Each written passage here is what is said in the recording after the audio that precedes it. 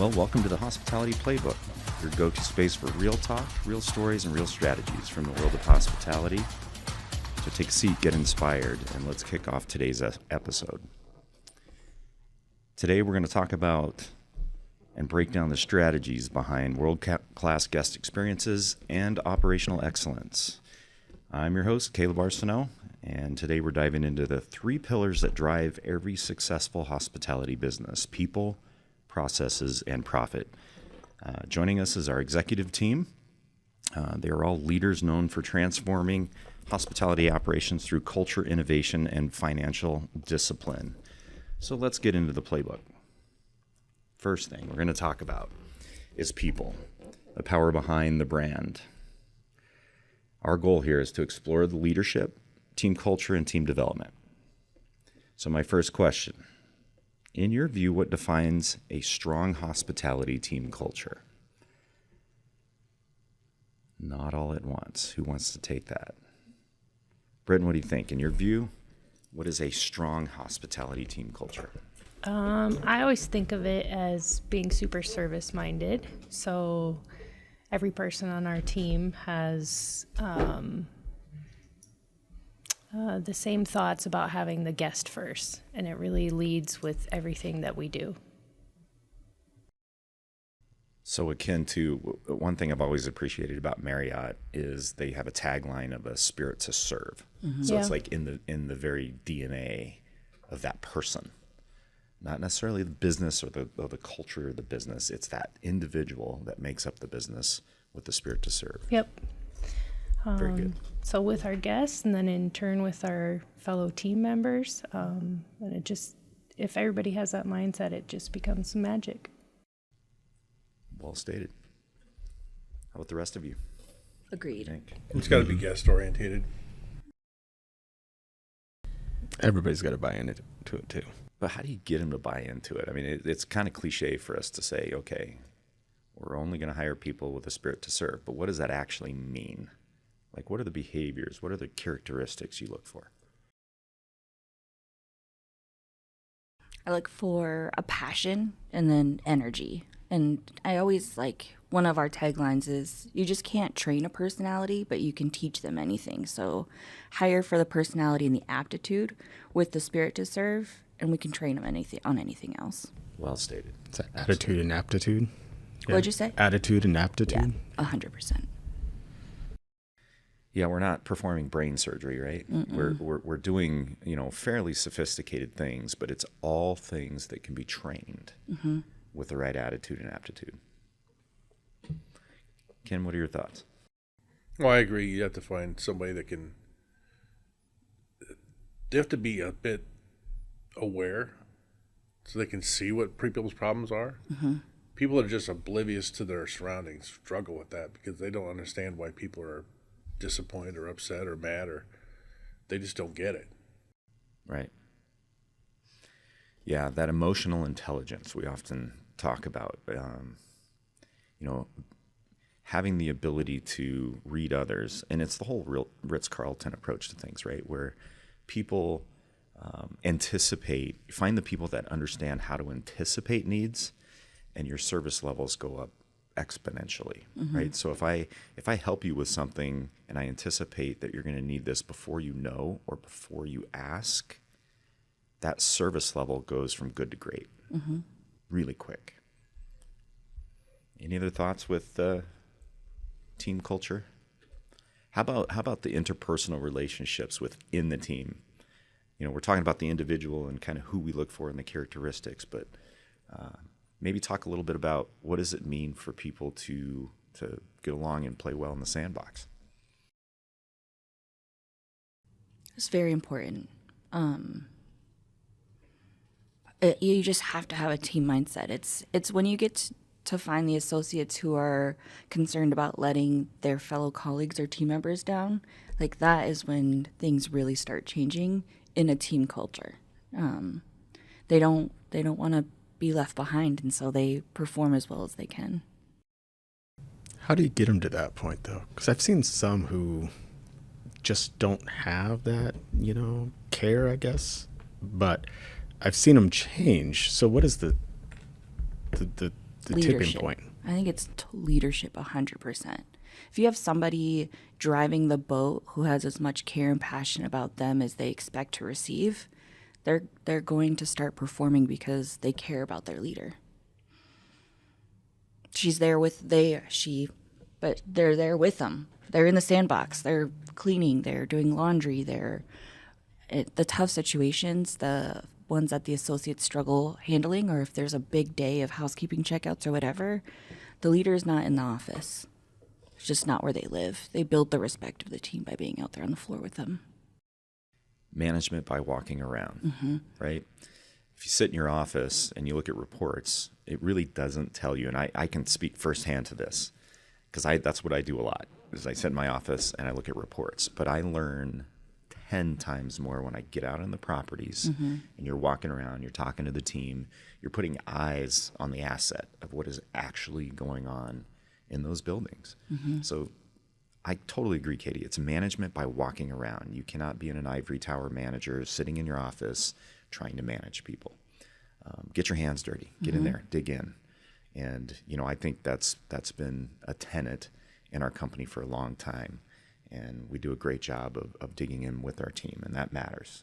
I think that creates a lot of loyalty, and I think it creates a lot of respect and credibility. And they're not fighting alone. Absolutely. It's huge. Yep. I've got your six, right? I got your back. 100%. Yep. No, it's a really big deal. Next question, how do we attract and retain top talent in a competitive industry? This will be a fun one. Let's start with attract. How do we get people to want to work with Live Hospitality? I think before they get to know us, it's got to be a good wage to begin. No one works for their health? Yeah. Is that what you're saying? Well, you gotta hook them and get past that interview process at least, and the wage is the first thing that they'll get interested in. They got to look out for number one, and then they're going to be looking for all the other boxes that they find personal to them. A good atmosphere, fun relationships, or working environment, something that they're going to want to come back and wake up every day for. I think people a lot of times like how competitive we are. I think that's a fun environment, and there's also a lot of growth opportunities with the company. So I think a lot of people are attracted to that. And it's really hard to tell that story in a job opening, right? In a job description. And we try to do a good job of that, but I think that really happens in the interview. When you feel the energy from the person and you're actually experiencing that competitiveness and really describing, it's those intangibles. And I agree with you, David. I think the wage is a big deal. Again, no one works for their health. So we have to be at a very competitive wage, if not the top of the wage scale. Because as a company, we want the very best talent. It doesn't matter how good the people sitting around this table are. It matters how good our frontline team members are. And if we pay top of the wage scale wages, we will win. Talent wins. So we've continued to stay aggressive in our wage scales, and I think that matters. I think that's a big deal because that's the first thing you look at when you're looking for a job, right? And those are the things that initially attract you, but the things that get you to stay. How do we retain talent? And I think we've talked about a couple of them already, but how do we keep people?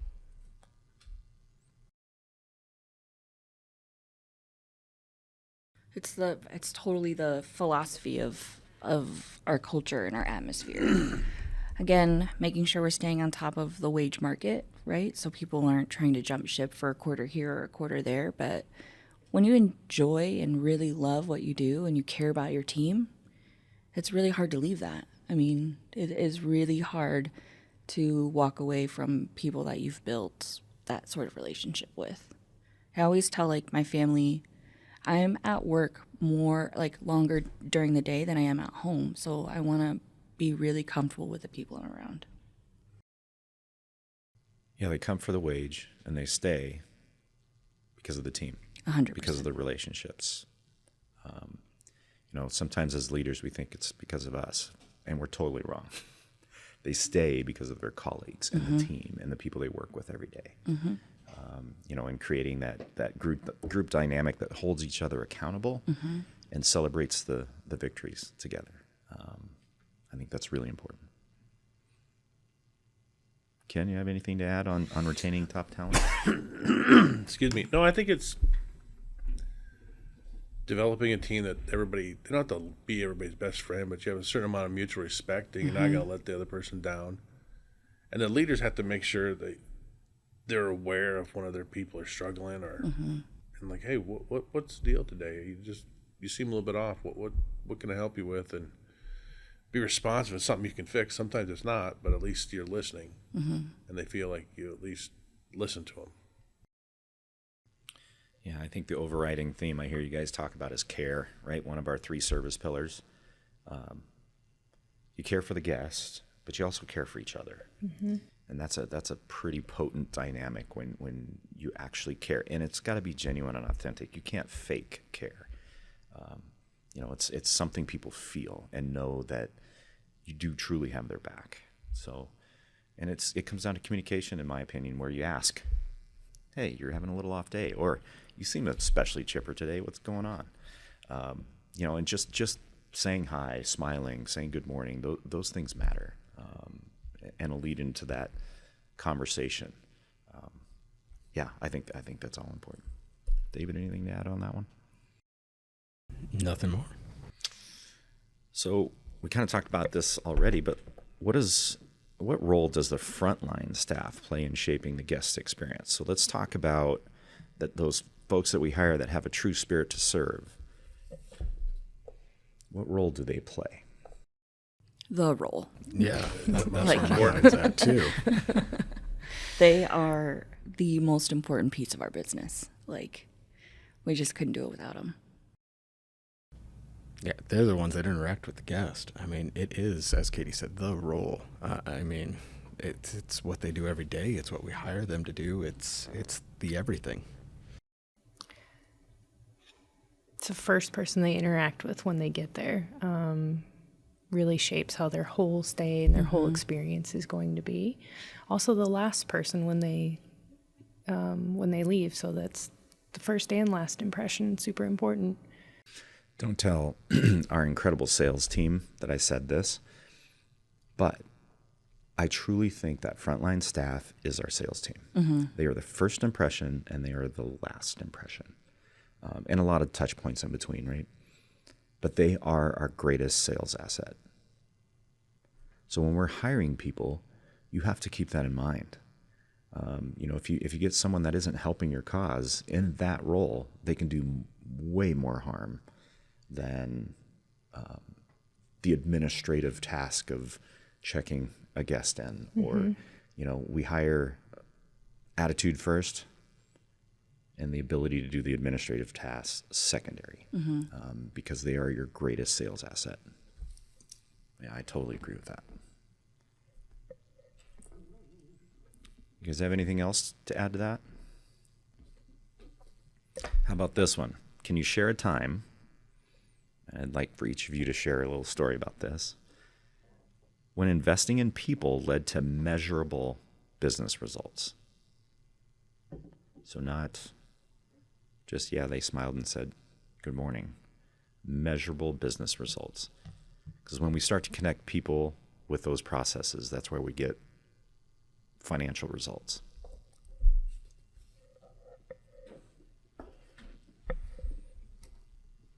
All right. So first one that comes to mind for me is getting the right person in place for our reservations team. Better team culture. It's a more efficient team, and they have much better results. And it was really just getting that right person in the role. Talent wins. If you have the talent, you can get it done. I mean, Okay, y'all have to share a story. No, I'm thinking of two right now, and Tell them both. yeah, they're both different stories. And coming from the IT side, maybe the experience is slightly different, but I think a lot of the different things still fit.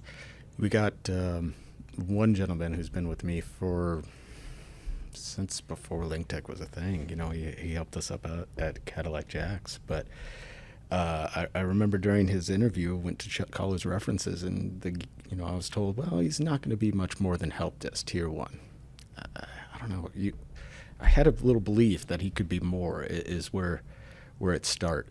And he came on. This was during the height of the construction of Cadillac Tracks when we were adding the True, and he came on board, and yeah, a lot of stuff was new. He was unfamiliar. He didn't know, but gave the guy a chance and said, hey, let's see what you could do. I need you to learn this. I need you to learn that and implement this and that. And he really, shown us. So I don't know if it was a thing where he just didn't have an opportunity to feel valued or to show what he can do before. But, once put in an environment where he could do that, he really spread his wings and fly. Recently, we had another tech too, a very similar type story. We hired him as a tier 1, and he's been with the team for, I can't remember, at least a year now. And very similarly, once we had some management turnover and some different things changed, he found himself in some opportunities where he could spread his wings and fly and really show what he can do. And he is very anxious, and he's one of the more motivated guys on the team now. And, it's great to see that change happen in these individuals when you do invest in them and allow them to be that big, valuable part of the team and be a driving force in progress. Very cool stories. Mm-hmm. Ken, do you have one? I think about someone that came on board. I don't know if it directly financial results, but I mean, she had such a different approach to the way everything should be run. And it really made the accounting function part of the team, I think, and not just somebody that you had to deal with once in a while. I think she's extremely well respected, and I think she's done such an amazing job in everything she's accomplished, and it's just been really something to see, because I'm like, whoa, I don't know if this is going to work out or not, but then just kind of let her do her thing, and she got her feet underneath her and doing extremely well. She's made a big impact. Yeah, I think we all know who you're talking about. I hope she listens to this podcast and she can hear all the nice things Ken said about her. And I do 100% know that led to financial success. There is absolutely... It's hard to measure it. It's hard to measure it. But it's a much better place than it was. It's smooth. There's rhythms. We're tracking things. The team wants to be engaged with it. That whole approach creates an environment of success. And I think that's a great example. Katie, do you have one? Yeah, I'm just like, man, which one? There's Right. we just have such an incredible team. I think one for me right now that really stands out is, 3 years ago, she was an assistant executive housekeeper, and now she's running 2 properties. And is doing it very well. When you come from the operation side of this industry, housekeeping is the hardest job in our company. And to carry that with you, everything that you've learned, the people skills that you learn from managing that team and translating it to running 2 hotels is just incredible. And she had a lot to learn, but my gosh, she did it and is doing so great. She drank through the fire hose, 100%. and now she just gets to sip. Yeah. She's right in it. Yep. We have, and Katie, you're right, we have so many stories. And I look at the folks sitting around this table. The 5 of us are examples of exactly that. We have all grown up through this business.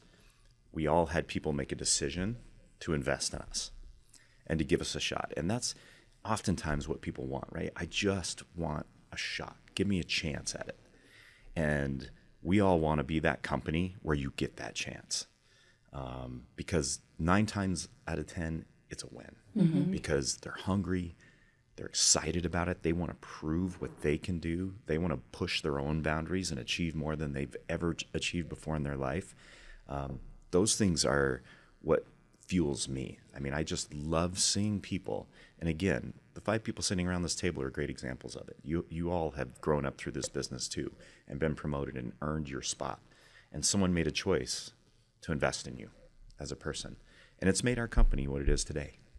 So I'm very grateful for that, and I think that's one of the key components to a successful company is you have to continue to invest in your people, not necessarily by monetary means, but by taking a chance and letting them do more and achieve more than they've ever thought they could.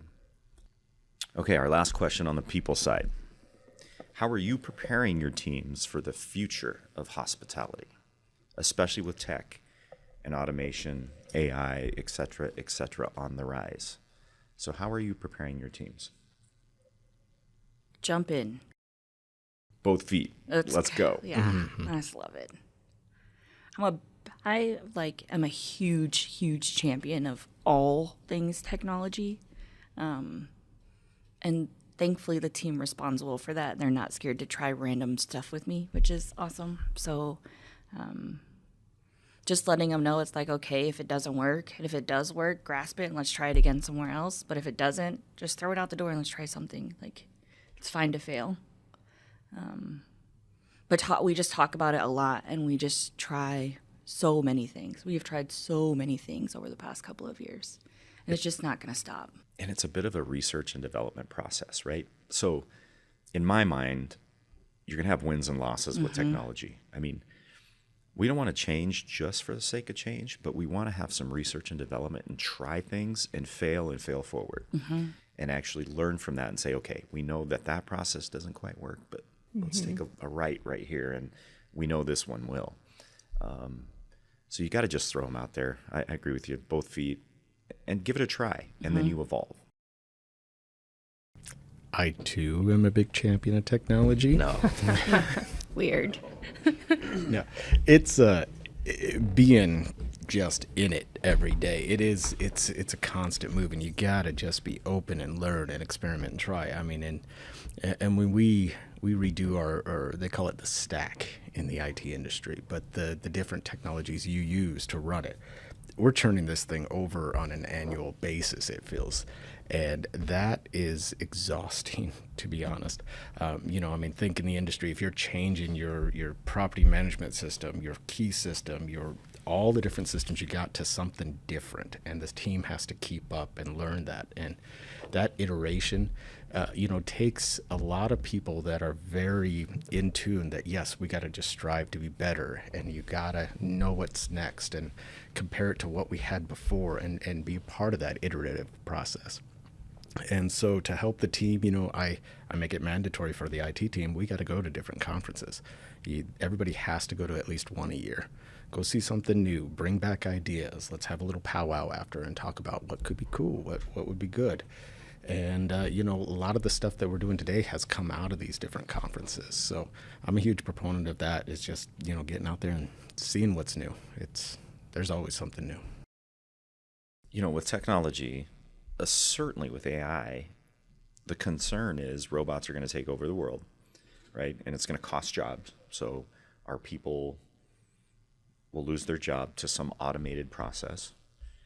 And maybe talk a little bit from that angle. How do you gel, mend, correlate the people and the technology and make sure there's a nice blend there? I think there's going to be room for both. I mean, the guest service side, you can't replace that fully by robots. I mean, there's going to be some human-to-human interaction that will always exist. How that is presented, yeah, that'll likely change. But there's still going to be a piece there. I think the AI, the automation will start abstracting away all the mundane type stuff, and make things easier and free up staff to be able to do more of that human one-to-one interaction. I mean, I've heard that For years. a long time. I don't know how many people. I'm afraid we're going to change this process and I'm going to lose my job. I'm like, no, we're just going to be doing bigger things and not sitting and typing numbers into a spreadsheet every day. We're going to have you analyzing things. And it's been so true. I'm like, oh, why would you want to do that mundane, boring task all day long instead of like, oh, let's fix some problems and see what's really the problem here. And so I think we've changed that quite a bit. And there's always new things that are coming up. And I think the team's always looking for like some different ways to do things. I mean, I just think about, I was talking to our the intern the other day and we talked about our cash drop safes and how that's changed so much, and it's all electronic now, and the money gets deposited to your bank account that night instead of someone driving around and picking up bags of money and Right. taking it to the bank. And the people who are picking up the bags of money are still here, just not doing Yeah, that. they're just doing better things. Yeah. Not just driving around and picking up money. It's just, Yeah. so it's nice to see some of those things have been very fruitful. We're in a think I'd people business. Like, Yeah. the people will never go away. It just, what they do every day is going to be a little bit different. And hopefully their jobs get easier. Right. Honestly, like at the end of the day, Yeah. that's the goal. Create efficiencies and spend more time with the people. I think about our our internal reporting that we use for sort of our revenue backbone every day. We really invested and changed that up over, I don't know, the last year. I thought I would have a little bit of pushback maybe from the team because we're very used to the way things looked and the way things ran. But the first week of using it, and I was told this is great. I have more time in my day. I can do more things and look at more things. It's made it more efficient for me. So, I mean, that was amazing, and I think we'll just continue to fine-tune that and add those things that make jobs easier for what they need to do. Yeah, I guess from my perspective, it's about efficiency and productivity, right? Those are critical parts of a business. If a business is inefficient and unproductive, they won't be in business very long. Yep. So technology is a tool we can use to create these amazing efficiencies and processes. And my take on technology in hospitality specifically is that it's going to even more humanize the experience. Mm-hmm. Because what we're going to do is we're going to take all of those administrative tasks you all are talking about, and we're going to put those in an AI environment to conduct and to perform those processes. And then I have the smiling face and the person that has this incredible spirit to serve, guest facing with nothing to do other than take care of that guest and help them and converse with them and connect with them. So when I take the process of answering the phone, of making the keys, of checking the guest in, of checking the guest out, of cashing out the ticket in the food and beverage outlet, when I take all of those processes away from the person, now I have time to spend with the guest, which is going to humanize the hospitality process even more. So that may be a little bit controversial amongst some hospitality folks, but I truly think technology will humanize the industry, and I think that's critical to our longevity. Okay, you guys want to unpack some operational systems, SOPs, innovation? Let's talk about our processes. So here's the second P. Let's talk about a process improvement that had a major impact on operations. Kayti, do you want to take this first? So one process improvement that had a major impact, and it doesn't have to be technology driven. It can be any process. Yeah, it's all, for me, it's all technology driven, but the one thing I can think about that was huge is using technology instead of paper housekeeping boards and having that system communicate with our front desk system, and it really ties all three of our major departments together: front desk, maintenance, housekeeping. I think the efficiencies that created is incredible. It's a game changer for those operations for sure. And the major part is probably communication at the end of the day, 100%. because the communication workflow was pretty siloed Mm-hmm. prior to that. And now it's a centralized area that Yep. tells you everything you need to know to get All your of the job time. done and be, more efficient and more productive with your time. Great example. I think about our shift when we went to Sage Intact and we went to Pass Unity, where it takes an email reports automated from the front desk system, comes into their server, creates the daily journal entry for the sales, and it goes in. There's some errors, some mapping issues once in a while, But it used to be the general manager sat down Every morning. and hand typed the information in to the daily report. And it was just... We did that, and then our pickup reports. It's like the first 3 hours of our day. Right. It was due by like 10 a.m. Your first Get 2 hours of started the day early. was just mundane tasks that Well, are it was all... 3 hours of data input. Yeah, Were it's all there completely any- automated. Upside or positive outcomes to having to do that manually? The one thing I would say it did force the people that hand typed it in to look at what your numbers really were for yesterday. I think a lot of people, you can look at the Yeah. report and they just breeze through it, but that you really got to see every single little category that was input into your front desk system. That would be the only advantage I'd see to that. Like, wow, what is that code? Why are we bringing things up to that? That would be the only thing that I would see would be an advantage. But if you were diligent and looked at your reports, you'd see the same thing. Just people don't because they weren't forced to. It's a proactive versus reactive way to look at the data, right? Right. Yeah. That would be, I mean, just like Same. Katie mentioned, the pickup reports. When it used to be manual and you sat down and you did it every day and you literally just entered a year's worth of numbers into a spreadsheet and sent it off and waited for it to come back, and now it's a click of a button. Is it better now? Yes. It gives the general manager so much time back in their morning to do all of the other things that they have coming their way. I would say the only downside is just what Ken mentioned, is sometimes you saw it better as you were physically entering it. But like you said, now you just have to be proactive and look at it. I think we also evolved as a company with that change, though, too. Like, Yeah. we've made investments into the revenue management department Yep. to help support that. Yeah. So you're not just Yeah. one person looking at it. Now there's multiple eyes, and it's faster for everybody. I mean, we have 13 hotels, 2 hours. We're saving 26 hours a day by having the investment in the revenue management team Right.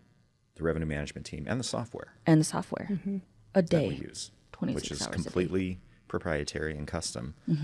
That, Britton and the team, we had OmniTech help, we had LinkTech help. I mean, way back in the day, David was writing SQL scripts for this stuff and created a program that helped us become more efficient in making those decisions. Sometimes I feel like I made a monster, but that's the support side of It was a good monster, It's a David. good monster. Yeah, I mean, you did in a really good way. It turned Yeah. into far more than initially envisioned. That's Right. for sure. Yeah. Which is going back to our earlier conversation about investing, right? You got to give it a try. It's part of the research and development, and it could have been a complete flop. But I think everyone around this table saw the value in what that technology and that reporting platform can bring us. So we just stayed the course, and I think we finally kind of arrived at a scalable, workable, flexible platform that allows us to actually really be a game changer. Truly. So Certainly. And I know in my world, we're talking about all the different technologies and we couldn't keep up with that without our documentation procedures. Granted, they're not perfect. They could still be improved upon. But, when you got a team of individuals that need to support all these different things, we all need to be on the same wavelength and working from the same encyclopedia, let's say.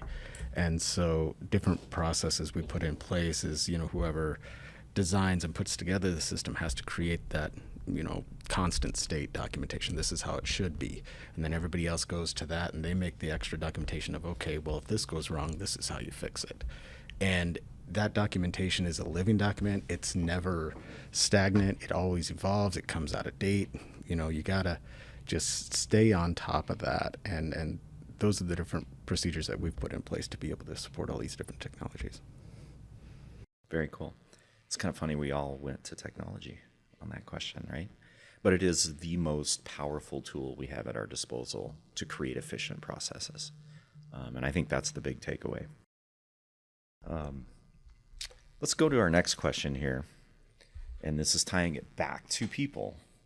but how do you balance consistency with personalization in service delivery?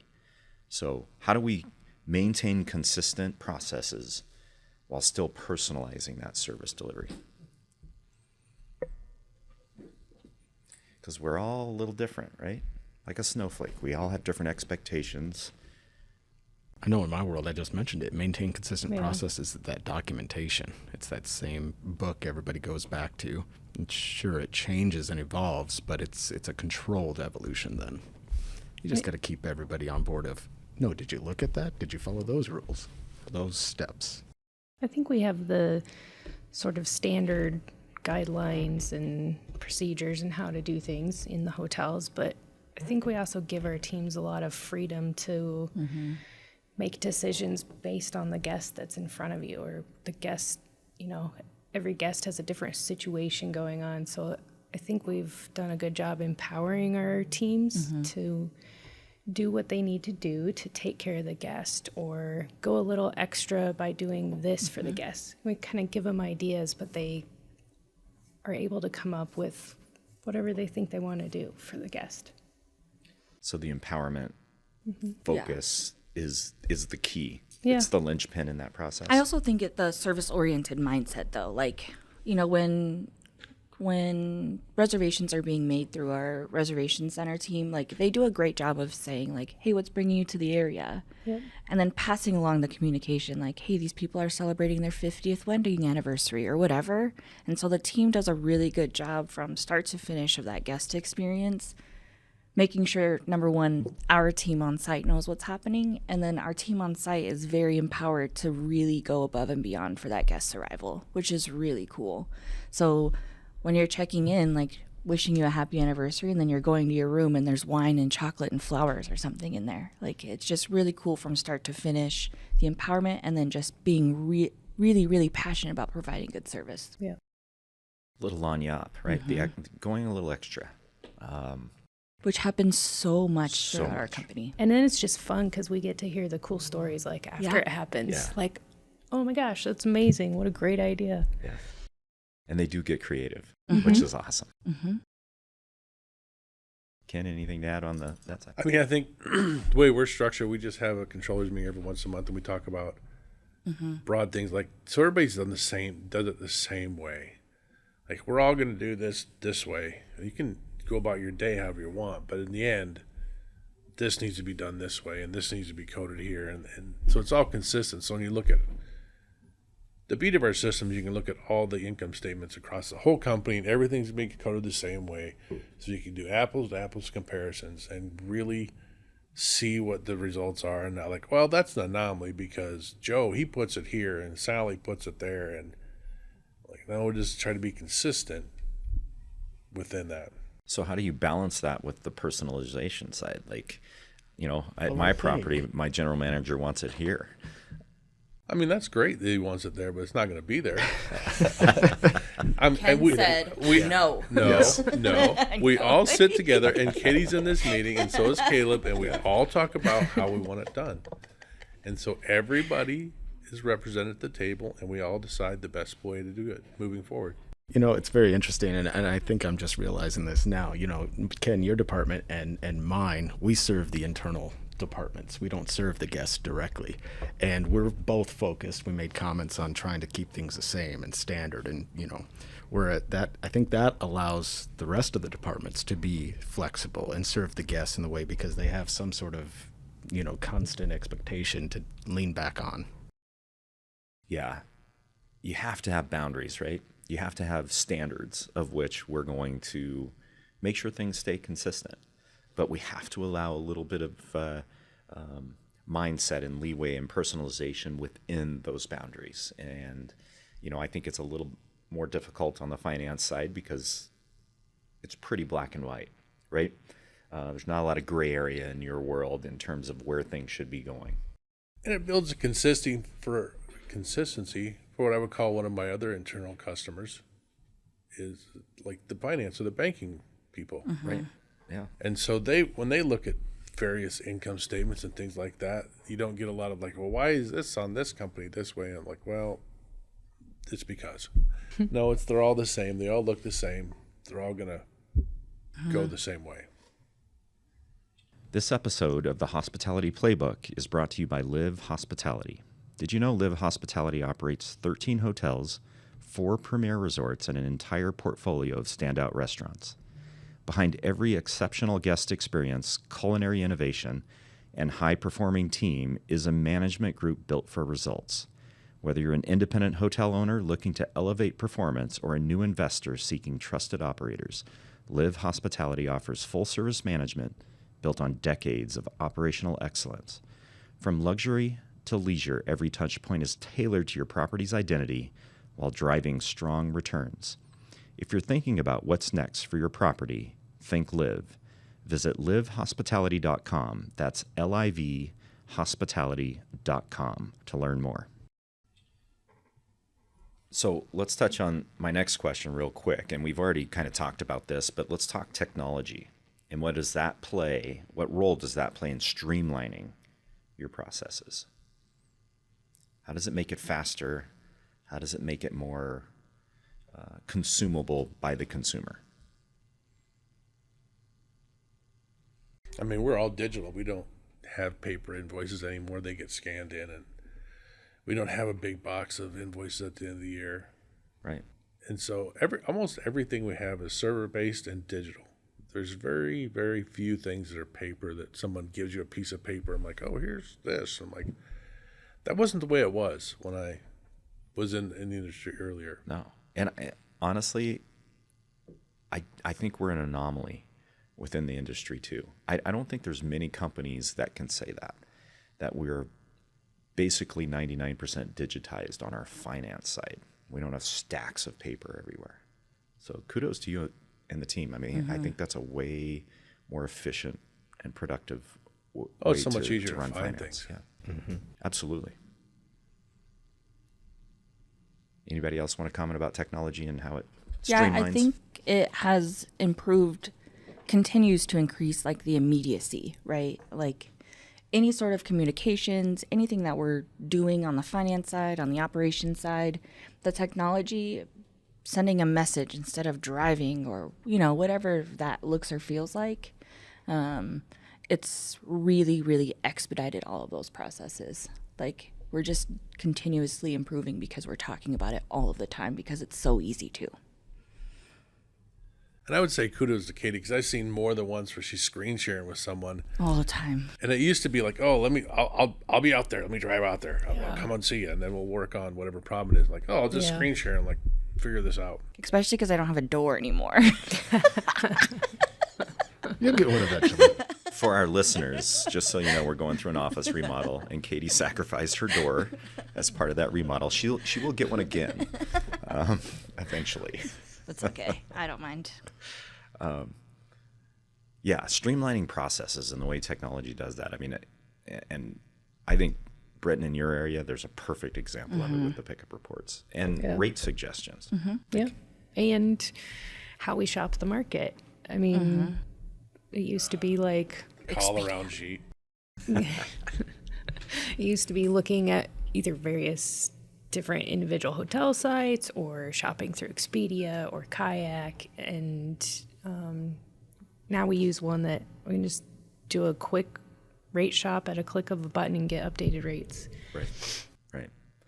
Yeah, the call around sheet. We used to have to, call all of our competitive hotels and ask nicely if they would share rates, if we shared rates. And we wrote it down on paper and kept that paper. And Yeah. I think called like once an hour. Well, Called every it's hour. kind of All still the- around, but it's online now. it at is. least. And It's a digital form. I mean, it is exponentially more efficient and faster to do that. And then as part of that process, we have this proprietary software that we built that feeds, 4 or 5 different franchised hotel information. Of our 13 hotels, I think we have 5 different franchises.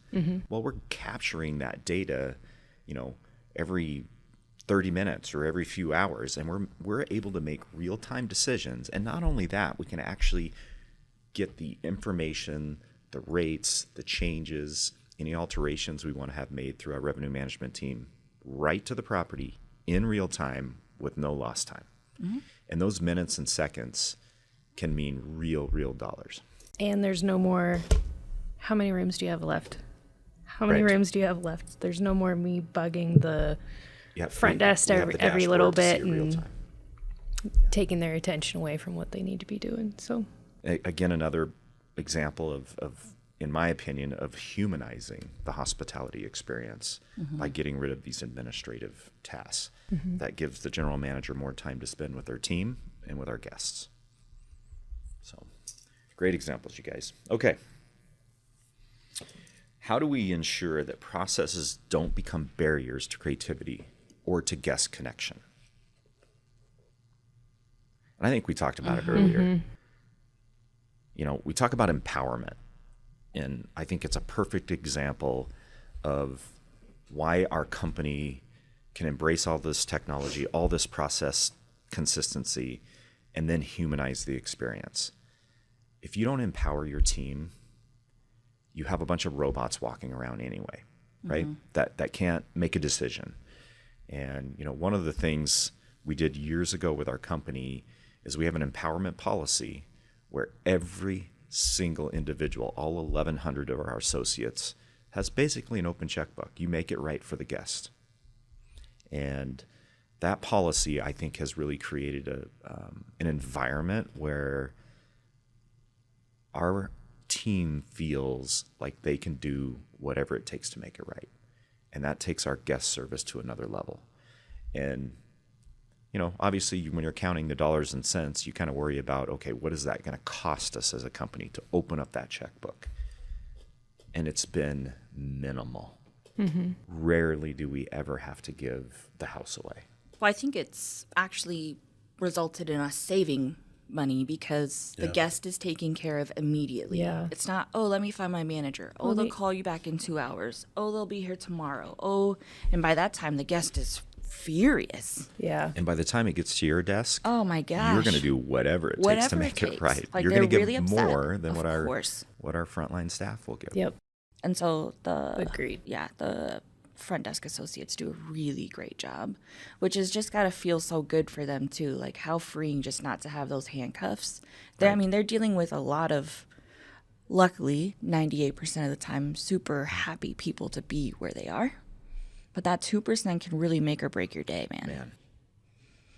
Yeah. And how much time do we want our team to spend? Like, we want them to make it right. If we screwed up, we 100%. should own it Agreed. and make it right. We are not perfect. We are not perfect, and we're going to own our mistakes. And when we make a mistake, we need to make it right by the guest. And I think our team does an incredible job of that. And I guess from a CEO perspective, that policy in and of itself is probably the game changer for us, where we actually empower our team. We're paying them for their brains and not just, you know, machines typing in data. We make a decision, and we trust you. We trust you to make that decision. That was a big discussion that we had when we first. It was. And how should we do this? And how's this going to impact? And but that was one thing that we never had to change and go backwards. Worked out great. And I think it's an example of a process that promotes that guest connection. Okay, last one on processes here, and then we'll get to the best topic of profit. What's your approach to continuous improvement and feedback loops? Obviously, a company that doesn't continuously improve becomes stagnant, dies on the vine, right? A shark dies if it stops swimming. So as a company, we have to keep moving, continuous. And that continuous improvement has got to be in our DNA and getting that feedback. So describe your approaches to how you accomplish that. Help desk, right, for you, David? Well, yeah, I don't know. My mind first went to, you know, I know you guys all have the wonderful ideas usually, and I'm in the sometimes the struggling position of just trying to keep up with the ideas and implement this, implement that. So it's just to, you know, be open and jump through the different trials, and, you know, if you see it in roadblocks, you know, speak to that, but find a way around it. You know, don't, just find ways to the yes, as you say, and find a way to make it work. The obstacle is the way. Because here's the thing: if it was easy, everybody would do it. So when we experience that roadblock, there's something to that. Others have turned around. I want to be the company that goes through it or finds a way around it. And I think we've been very successful in doing so. Thanks in large part to our IT efforts. It's usually technology that gets us there.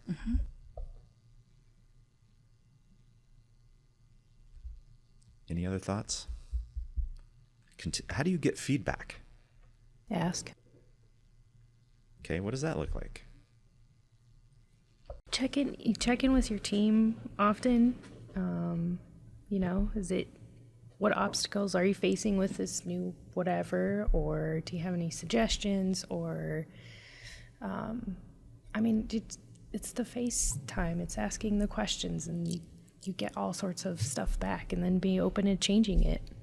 So, is that accomplished through scheduled meetings, consistently scheduled meetings, or is that accomplished through, hey, let's go have lunch, let's have a cup of coffee? It's stopping by and saying hi. Let's go grab a coffee. How's your day? Like, it's the face to face. It's not a scheduled meeting, I don't think. I think that's when you really get the truth. Yeah. I don't love meeting for meetings, Yeah. right? Like, just to say I was there or did that. But just popping in and checking in on what's actually happening in their day is huge. It's huge. And you get all the honest All of feedback it. that way. Because they're in it. It's happening right now. Yeah. And you're not talking about just the general manager. No. You're talking about the housekeeper on third floor, right? You're talking about that front desk agent that's checking guests in. It's the slot tech on the casino floor. It's the food server in our restaurants. It's checking with our front line. Yep. Because no matter how honest and candid we feel like we are as leaders, generally you're going to get a filtered version through the general manager, right, when you're checking with them. So speaking to the frontline staff is really important, and I think it really creates a sense of pride, and it truly shows that we care. Not just saying it, but it's the act of showing our care. Ken, any thoughts on this one? I mean, I have it both ways. We have a monthly meeting where we all sit down, and I believe those are fairly candid meetings. And we've had people say things. I'm like, boy, I don't know if that's the way we really want to go with that. But you don't try to shut them down right away. But you just hear what they're saying. And there's a lot of times let me just think about that for a little bit, and you get back to them. And then I think I talk to my controllers at least once a week, all of them individually, and it might be just a quick phone call or some Teams messages. There's just something that we just, it's come up, and I'm like, oh, just give me a call and whatever, we'll just talk it through. And it's just, you get the feel. And once I've had, my people have been, most of them in place for a while, so you can tell right away what's going on. Something's wrong. What's going on? You have the pulse of your team. And you can just tell. like the feel's weird. You walk in, you might seem like, oh, okay, something's going on here today. All right. How can I help? What can I help you with today? What do we need to work on? And it might be work related, but it might not be. We're all humans, right? Sometimes Things happen to us every day. And we want to be there to support our team regardless of the issue, right? Whether it's work related or personal. And there's a fine line there. You don't need to know the why. You just need to know they need you, or maybe they need some time, I think that management by walking around, checking in with people is key to that loop. David, anything more on that front? Nothing more. Okay. Let's talk about profit. We're going to discuss financial performance, revenue strategy, and long-term growth, turning service into sustainability. How important is profit in business? I know it is the number one focus. And that sounds like a really greedy corporate guy, doesn't it? But at the end of the day, here's what happens. Profit is the reason we stay in business. It's the reason we have opportunities. It's the reason we're all sitting around this table. It's the reason we all get paychecks. Profitable businesses contribute to the tax base in their communities. They give back to the community. They do all of the wonderful things that businesses should do for their community and their people. If you're not profitable, you do everything opposite of that, right? You are a drain on the community. You're laying people off. People's jobs are lost. You can't afford to give back to the community. So driving profit is something we as a company take very seriously, and that's why we've been able to grow. That's why we've been able to have opportunities for promotions. So it is something that is at our core. We drive profitability, and that's not at all costs, but it is the number one priority of any business, in my opinion, and certainly our business. So, first question, how do you align guest satisfaction with profitability?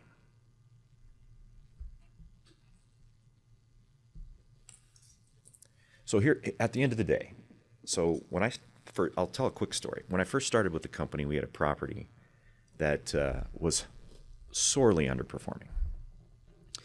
And this property was on the verge of, frankly, probably going out of business.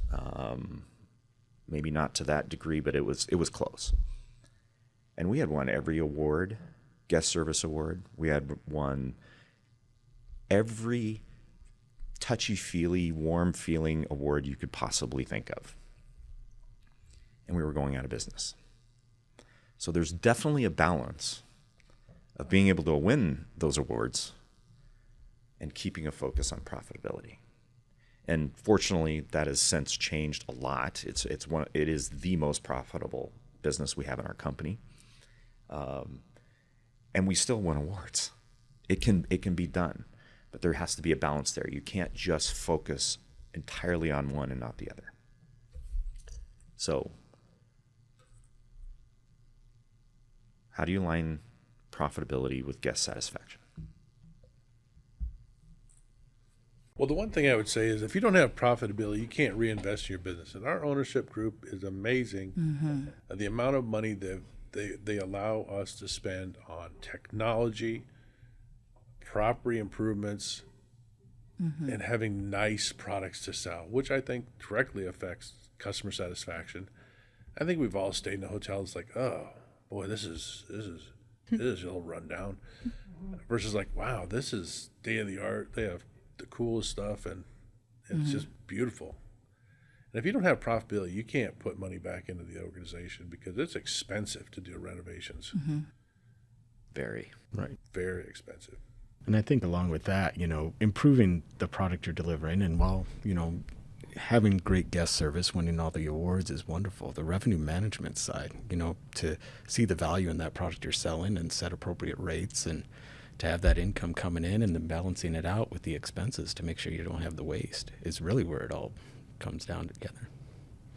So one of the things that allows us to have the empowerment policy is we have some money. Like I can't give back something I don't have. Yeah. Right? For guest recovery efforts. So profitability feeds right into that service side of being able to take care of the guests. As that front desk agent that's been there 1 week, we trust you with the purse strings. The other thing is, like, I would call it playing scared.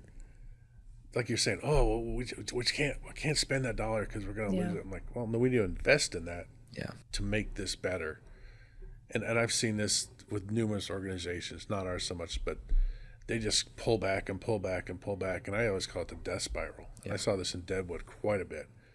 Oh, let's just cut our advertising back a little bit more, and then we're just going to keep cutting back, and then next thing you know, they're out of business. They're not there.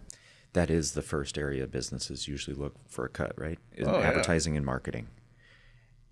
And I am completely opposite of that mindset. I think if you quit asking people for their business, they will quit giving it to you. So if we don't stay top of mind, we don't stay strategic with our marketing and advertising spend, that's the last place I want to cut.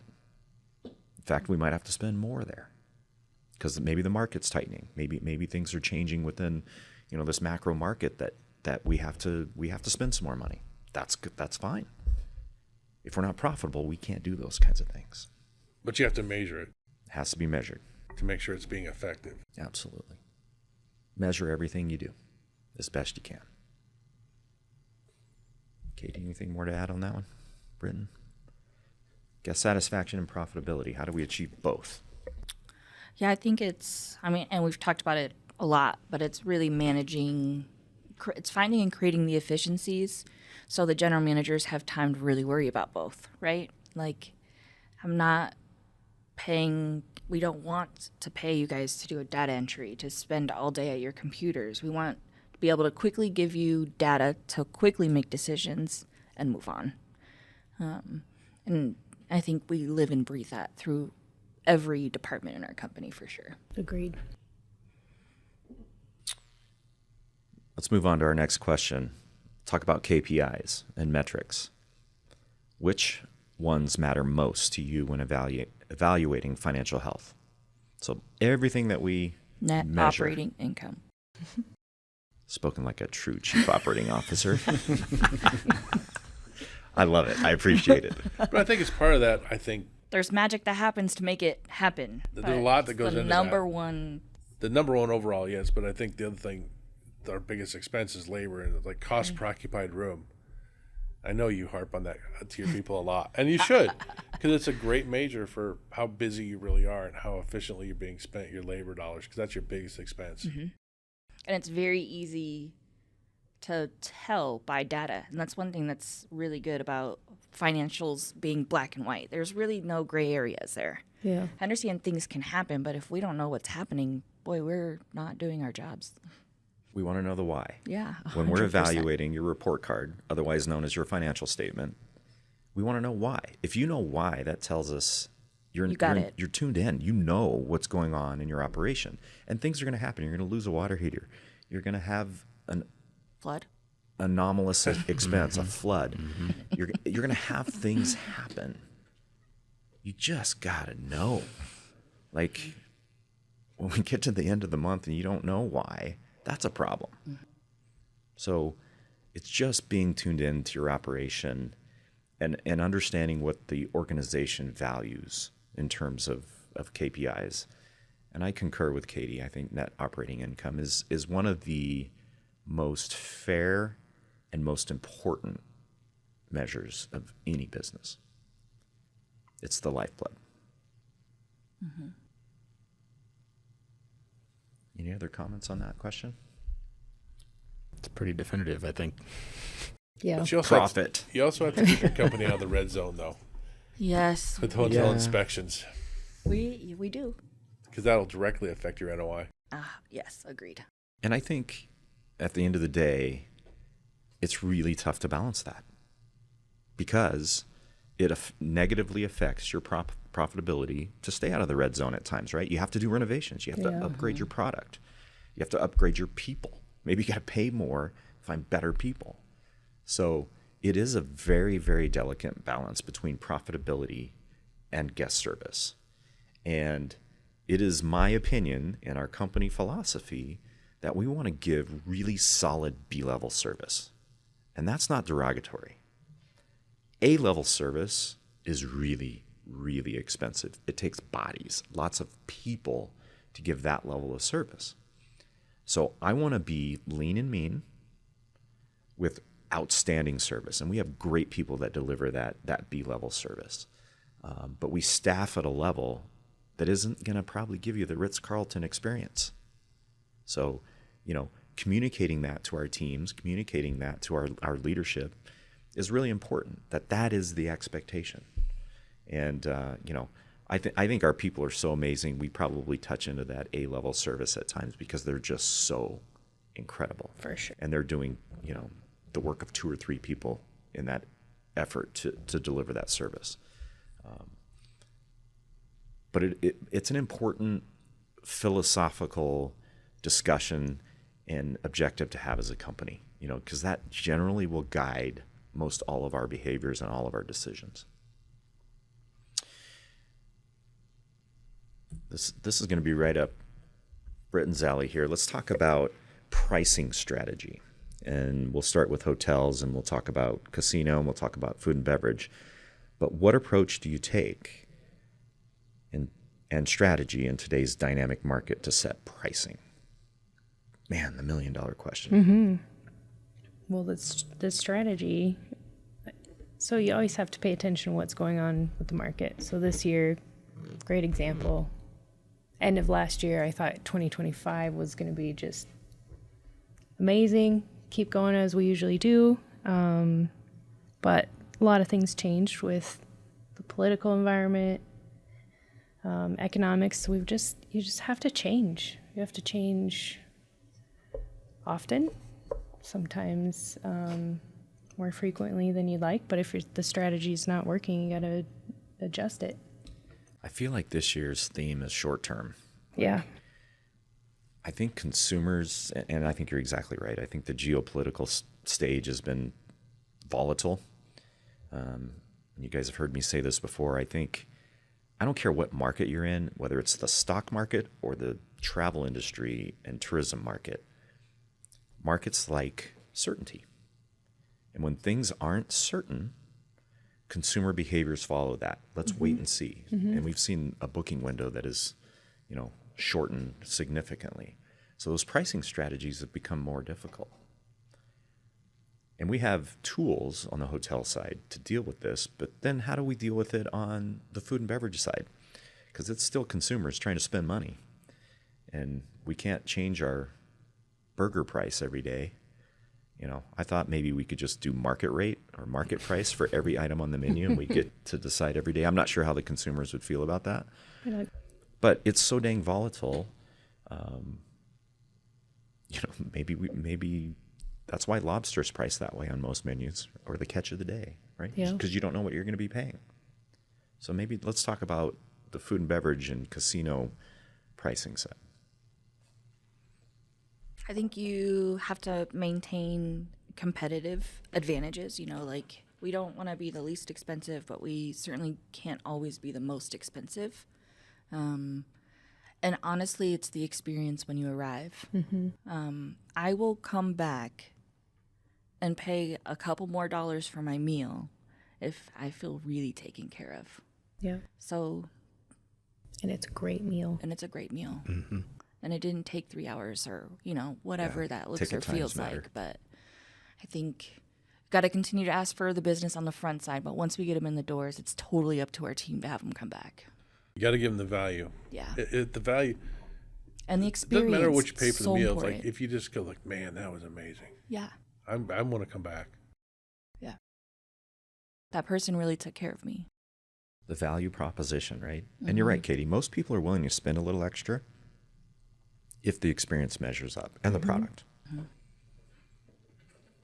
And I think competitors, paying attention to what the competitors do, but don't make it drive your decisions. You want to make sure you're falling in the middle of the pack, like you said, Katie, but you also want to, because their movements clue you in on, is there something I don't know? Is there, it allows you to ask that question and keep a pulse on it all. So.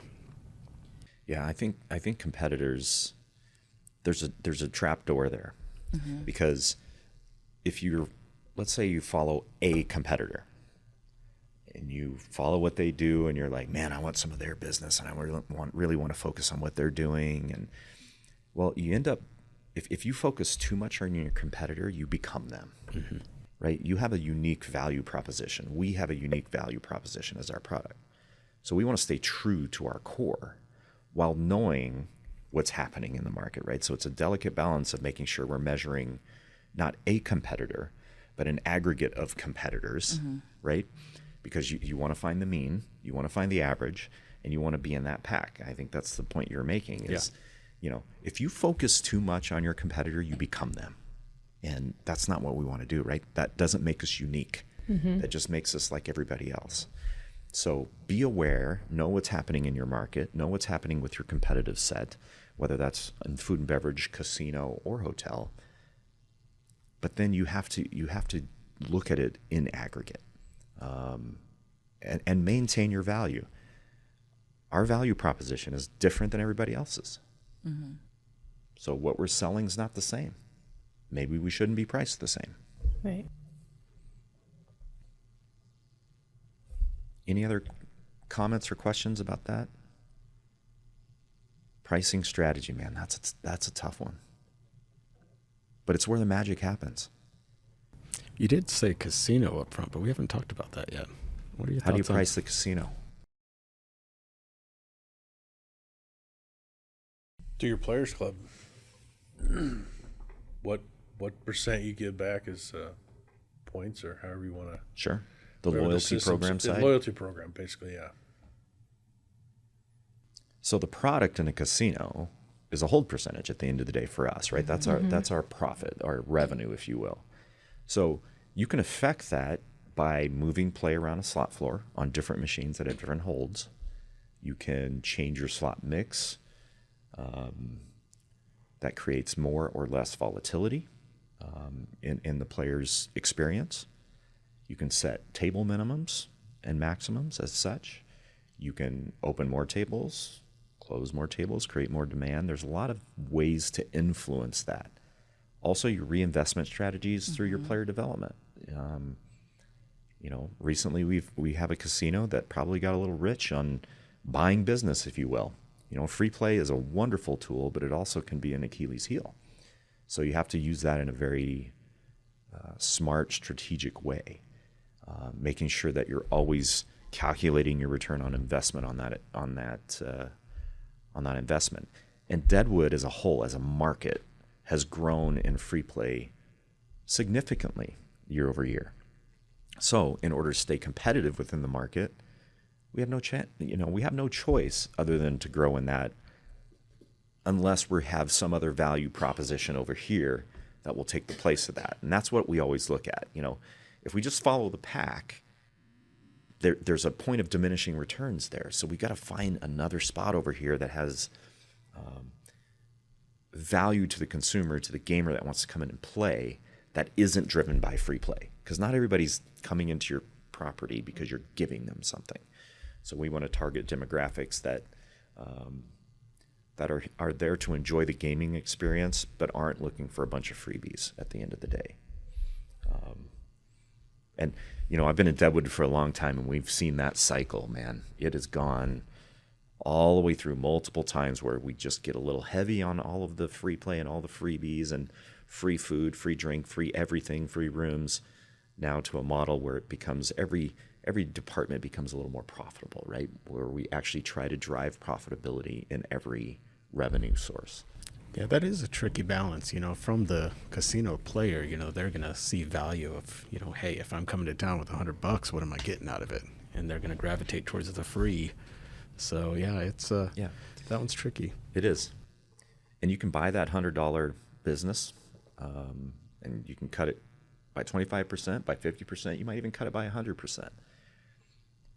But I'd rather have that $100 business come in not looking for the freebie, but actually looking for a great gaming experience with a tremendous product, with amazing service, amazing atmosphere, amazing facility, convenience. And I want to keep the $100. I don't want to give half of it back, right? So we have a challenge in front of us, especially in Deadwood right now, where the market's being really aggressive with free play, where we have to be a little more unique. We have to sell our people and our product, our service. Those things matter. So yeah, the casino side of things is it's always a fascinating business, and marketers would give their left arm to have the data that we have in the casino industry to target and be more strategic with our efforts. So that's the upside of it. Yeah, I'm not sure how many of our listeners will have casinos. Whole different animal. It is a different animal, but it's fun, and it's a very dynamic industry, no doubt about it, and it's changing. Pretty soon, I don't know if slot machines will be around. To be honest, you'll probably be playing slot machines on your phone, sitting in your hotel room or in a lounge. They're just dummy boxes at some point. Yeah, that eliminates the experience, though. What I think a lot of people come for. I think today's generation and demographics, you're right. I think the future may prove otherwise, but we'll see where it goes. It'll be interesting where in the next 10 years where the gaming industry's at. Server-based gaming is a big deal. Cashless gaming is a big deal. Like all of those things become, major players and what gaming is going to look like in the future. Well, thanks for going on the gaming tangent, David. You know, we often talk so much about the hotel and F&B side, but we forget so much of our portfolio is gaming too. Mm-hmm. How about a quick story from each of you where operational changes within your area directly improve the bottom line? 100% direct positive impact to the net operating income. I think a big one for the water park is kind of controlled entry. Huge operational shift in how we have always done business there. But having carded entry has been an absolute game changer for us. Yeah, man. That's a great one, Katie. You know, we have a 30,000 square foot water park attached to 4 hotels out at Exit 61 here in Rapid City. And we've always operated them separately from the hotels. Mm-hmm. And this is the first year we've embarked on an all-inclusive experience where we include the water park experience with your hotel room. Mm-hmm. And we're driving rate, ADR, to accomplish that. Trying to see how that actually will all affect and trickle to the bottom line. But I think there are absolutely major upsides to that from a guest experience standpoint. I think it's less crowded. Mm-hmm. I think it's much easier. You're staying in the hotel, the towels, the whole operating model creates a better experience for the guest. Mm-hmm. We just have to see financially how it's all going to shake out. But I think it's a winner. But that controlled access, you know, it's leakage, right? At the end of the day, when you have admission-based revenue, there's leakage. You know, mm-hmm. people sneaking into the park, and the controlled access has been huge, directly profitable. I think we talked about a lot of them already, and you guys are probably struggling mm-hmm. to come up with new ones. But the one thing when we changed some of our payroll systems, I mean, we used to be. I go back to we had a punch card, and you go and calculate your number of hours per shift. Ken's showing how long his tooth is. I know, and then we went to well, now we have a digital time clock on the wall, and now it's gone to your handheld device, right? And how much that's changed. And I think about how we've consolidated a lot of the payroll functions down, and there's a lot less people that need to be involved in it, and it runs so much smoother and faster. Yeah, over the iterations of what we've used for software. And it's what the new generation expects. And we hire a lot of young people in our company. Mm-hmm. And we have a wide demographic in our company, but a lot of our frontline positions are younger folks, and they expect a mobile experience. It's what their lives have kind of been built around. And I think that makes it way more efficient. We have less people involved with the administrative side of the payroll process. That's a great example. And it's so much easier to approve time cards and things like that. And at the end of the day, hey, what was my labor yesterday? I remember how it used to be done, and it was more work. Yeah. Now you can just pull up the report and oh yeah, let me fix these couple errors, and then I'll know what my labor was for yesterday. Right. Yeah. More of the real time tracking. Right. Absolutely. Anything else on that side, guys? I think I only have one other. A lot of it is the technology stuff. I mean, we've talked about so many different pieces, but I think maybe the key piece, because anybody can go out and buy whatever software and say, hey, this is the new thing, but it's that integrating that software, integrating it with the people, with your processes, your workflows, or even with other systems that makes that big bottom line difference. Ken, you've done some great work on the accounting side, Kayti on the operations side. It's those additional efforts to really pull the value out of that technology after you have it, and to make it work for you. User adoption, right? These systems are only as good as how much we use them. Mm-hmm. And I would agree. I think as a company, we've done a good job of getting people on board, telling them why we're doing this. And at the end of the day, does it solve a pain point? If this system is more of a pain than it was for me to do it the old way, the user adoption is going to be, stunted mm-hmm. dramatically. So it has to solve a pain point, a business obstacle, something in their day-to-day that is easier now because of the work I had to do to install this system, to train on this system, to get it all done. That return on investment for the frontline team matters. So we always have to keep that in mind. We have to make sure there's a return on investment for our team. User adoption is key. I know I'm preaching to the choir over here, but that's a massive, massive piece, especially as a company that embraces and uses as much technology as we do. That's an area we need to continue to focus on, is the user adoption. It's got to solve a pain point, and I think that's the key. I think the other thing is it has to integrate and not just be compatible. Because if somebody says it's compatible, that's going to mean I'm going to export a file over here. I'm going to save it. I'm going to go and move it. I just want it to integrate. Correct. Integrate can mean a lot of different things too. So Well, that's integrate true. to the degree you want it. Okay, last question. What advice would you give to leaders trying to grow profit without compromising service?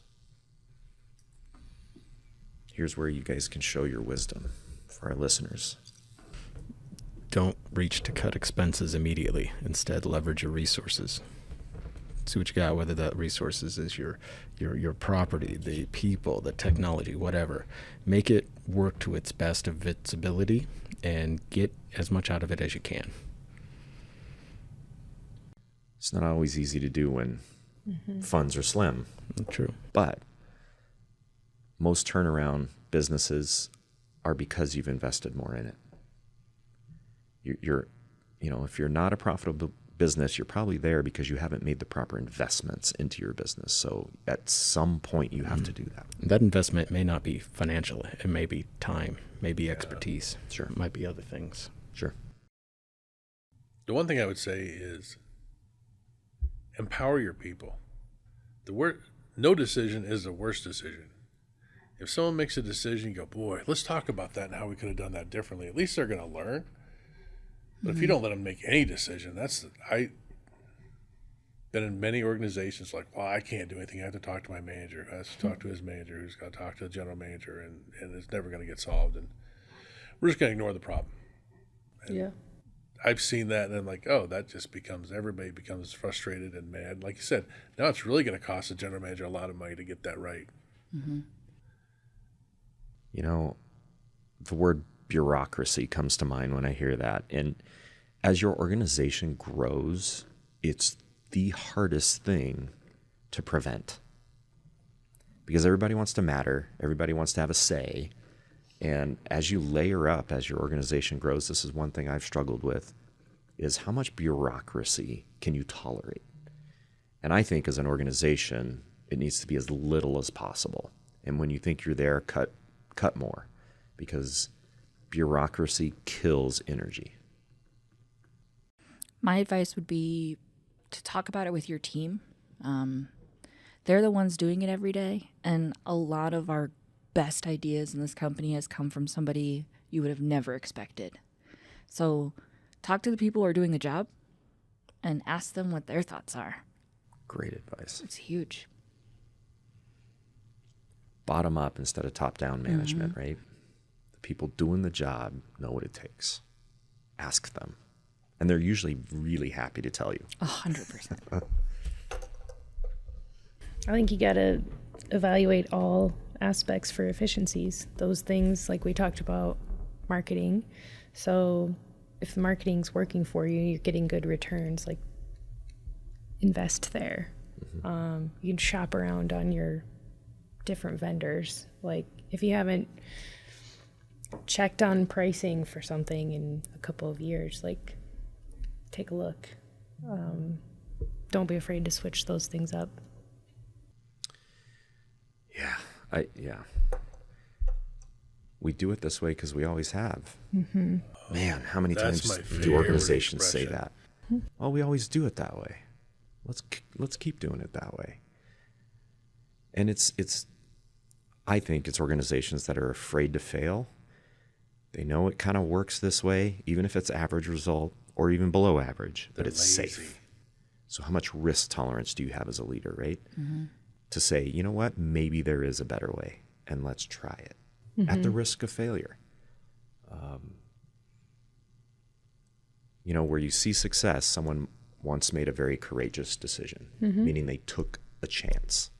And yeah, I think if you're afraid to change, it's a death sentence for your organization. It really is, because consumer tastes are constantly changing, especially in today's society with the acceleration of what technology brings. So any final words you guys have for this episode? You know, I think we got quite a bit of good content here. This is your second episode. What did you think? It's all right? Yeah, 8 a.m. still early. I need to get some more coffee. Oh, man. Maybe we got to do a 4 p.m. over cocktails, and the podcast will be really interesting. Oh, we'll get some entertaining ones there. Well, I think that wraps up today's episode of the Hospitality Playbook. A huge thanks to Ken, David, Kayti, and Britton. I'm your host, Caleb. Hope you learned some valuable insights in building a people-first culture, optimizing operations, and driving sustainable profit. If you enjoyed this episode, don't forget to subscribe, leave a review, and share it with your team. Until next time, keep playing to win in hospitality. Thanks. 5 voices, 1 mission. Welcome to the Hospitality Playbook. How do I stop this thing? No.